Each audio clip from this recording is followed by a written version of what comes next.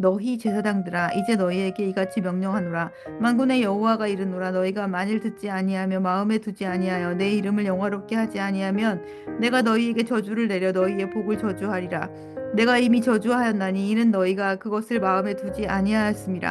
보라, 내가 너희의 자손을 꾸짖을 것이요 똥 곧 너희 절기의 희생의 똥을 너희 얼굴에 바를 것이라. 그 너희가 그것과 함께 제하여 버림을 당하리라. 만군의 여호와가 이르노라. 내가 이 명령을 너희에게 내린 것은 레위와 세운 나의 언약이 항상 있게 하려 함인 줄을 너희가 알리라. 레위와 세운 나의 언약은 생명과 평강의 언약이라. 내가 이것을 그에게 준 것은 그로 경외하게 하려 함이라. 그가 나를 경외하고 내 이름을 두려워하였으며 그의 입에는 진리의 법이 있었고 그의 입술에는 불의함이 없었으며 그가 화평함과 정직함으로 나와 동행하며 많은 사람을 돌이켜 죄악에서 떠나게 하였느니라. 제사장의 입술은 지식을 지켜야 하겠고 사람들은 그의 입에서 율법을 구하게 되어야 할 것이니 제사장은 만군의 여호와의 사자가 됨이거늘 너희는 옳은 길에서 떠나 많은 사람을 율법에 거스리게 하는도다. 나 만군의 여호와가 이르노라. 너희가 레위의 언약을 깨뜨렸느니라. 너희가 내 길을 지키지 아니하고 율법을 행할 때 사람에게 치우치게 하였으므로 나도 너희로 하여금 모든 백성 앞에서 멸시와 천대를 당하게 하였느니라 하시리라. 우리는 한 아버지를 가지지 아니하였느냐? 하나님께서 지으신 바가 아니냐? 어찌하여 우리 각 사람이 자기 형제에게 거짓을 행하여 우리 조상들의 언약을 욕되게 하느냐? 유다는 거짓을 행하였고 이스라엘과 예루살렘 중에서는 가증한 일을 행하였으며 유다는 여호와께 사랑하시는 그 성결을 욕되게 하여 이방 신의 딸과 결혼하였으니 이 일을 행하는 사람에게 속하는 자는 깨는 자나 응답하는 자는 물론이요 만군의 여호와께 제사를 드리는 자도 여호와께서 야곱의 장막 가운데서 끊어버리시리라. 너희가 이런 일도 행하나니 곧 눈물과 울음과 탄식으로 여호와 제단을 가리키게 하는도다. 그러므로 여호와께서 다시는 너희의 봉헌물을 돌아보지도 아니하시며 그것을 너희 손에서 기꺼이 받지도 아니하시거늘 너희는 이르기를 어찌 됨이니까 하는도다. 이는 너와 내가 어려서 맞이한 아내 사이에 여호와께서 증인이 되시기 때문이라. 그는 내 짝이요 너와 서약한 아내로되 내가 그에게 거짓을 행하였도다. 그에게는 영이 충만하였으나 오직 하나를 만들지 아니하셨느냐? 어찌하여 하나만 만드셨느냐?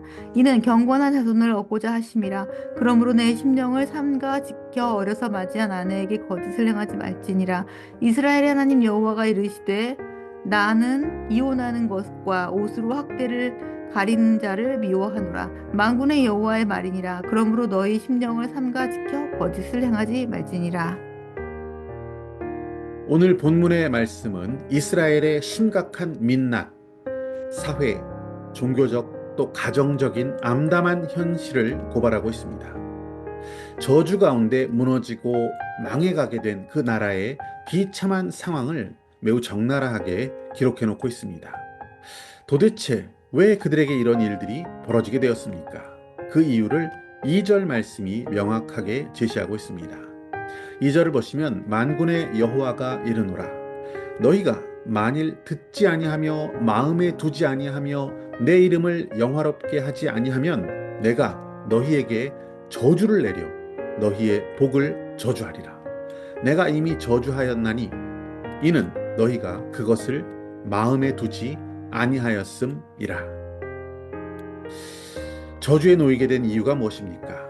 그들이 하나님께서 복과 저주에 관한 것을 말씀해 주셨지만 그 말씀, 하나님의 말씀을 그들 마음에 두지 않았기 때문에 그것이 저주를 부르게 되었고 말씀 없이 살았기 때문에 그들이 망할 수밖에 없었다. 이것을 이유로 설명해 주십니다. 하나님의 말씀을 마음에 두지 않았기에 제일 먼저 무너지게 된 영역, 이것을 가정이다. 이렇게 경고하십니다. 이어지는 말라기 2장 3절 말씀을 보시면 보라, 내가 너희의 자손을 꾸짖을 것이요. 똥, 곧 너희 절기의 희생의 똥을 너희 얼굴에 바를 것이다. 너희가 그것과 함께 제하여 버림을 당하리라. 똥을 얼굴에 발라버리는 그런 수치를 당하게 될 것이다.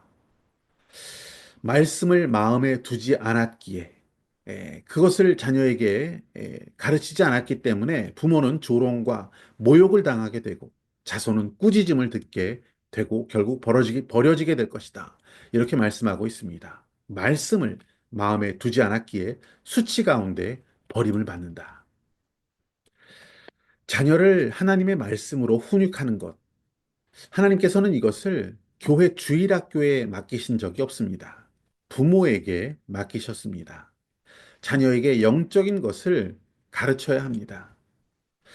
우리가 살고 있는 이 사회는 매우 물질주의적입니다. 자녀들은 어떻게 하면 더 많은 돈을 벌 수 있는지, 어떻게 하면 더 높은 지위를 누리게 될 수 있는지, 거기에 대해서만 배우는 그런 세상 풍족 속에서 우리 자녀들이 살아가고 있습니다. 하지만 하나님은 우리가 얼마나 많은 돈을 모으고 얼마나 높은 자리에 오르게 되었는가, 여기에 대해서는 관심이 없으십니다.